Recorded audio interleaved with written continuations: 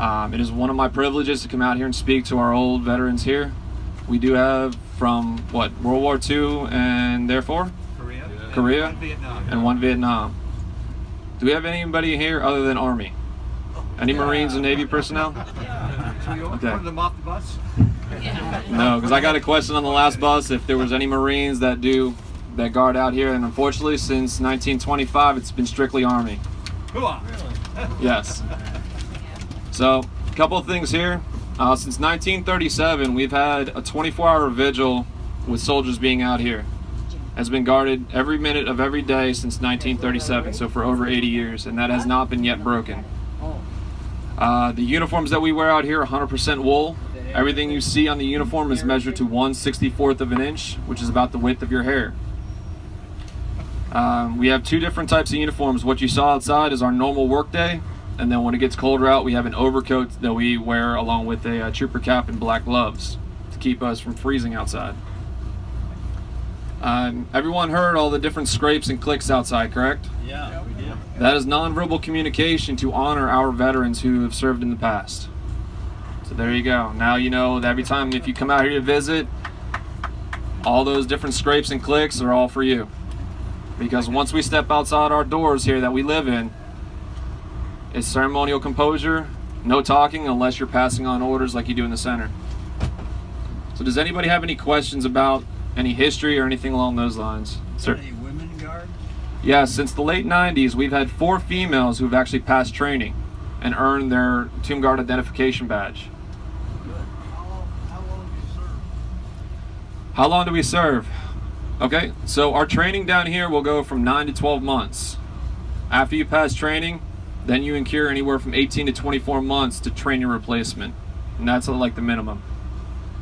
How come it takes ceremonies? Do you have any other duties besides training your replacement? No, sir. The question was, is besides the ceremonial duties that we do here, do we do anything else? And the answer is no. Our sole mission is to protect the unknowns and guard. Where are you from? I'm originally from Jersey. Where? Hunterdon County. Where? You want me to get more specific? He wants you to, right? Think of something. I don't know. How are you selected? So, as my regimental commander says, this is a 3 volunteer process. The first time is you volunteer to serve in the United States Army. Second is you volunteer to come here to the Old Guard. The next is you actually volunteer to come down here at the Tomb of the Unknown. Because we want somebody who actually wants to be here and go through the training and is dedicated to it, not somebody who's what we say voluntold. Ma'am.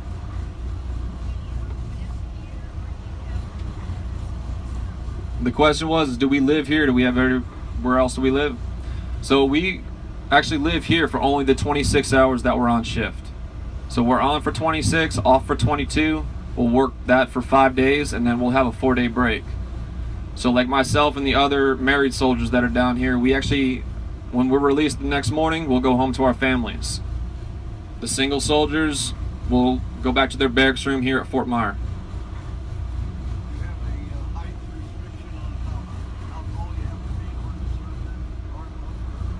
that? The tallest soldier that we have right now is about 6'6".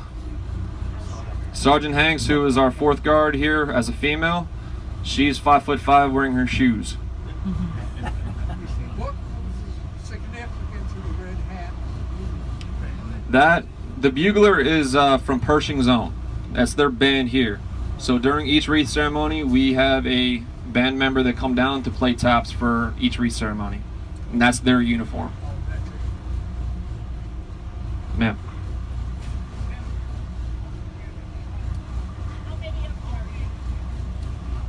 How many soldiers do we have here?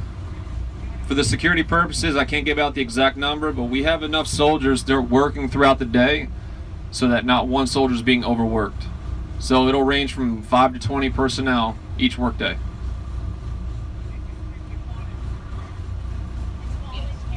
Yes, everything down here is voluntary.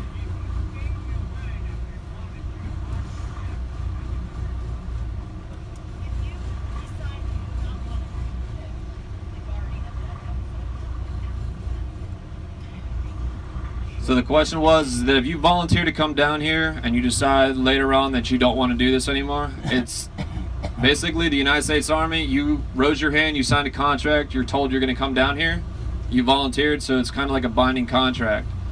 The soldier, if he wishes not to be here, he's still going to go through training, but we'll see what happens in the end. Are they all enlisted or it's an officer? Yes, every person here is enlisted.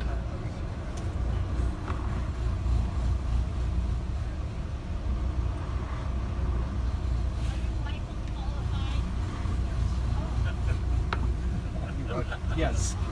Yes, we are still held to the same standards as every soldier. So once a year, we will go to the qualification range and qualify on our assigned weapons. Now, the weapons you do see outside are completely live. They're fully functioning weapons, from the M14 that the Walker carries to the M9 pistol that the Changer carries. However, they are not loaded.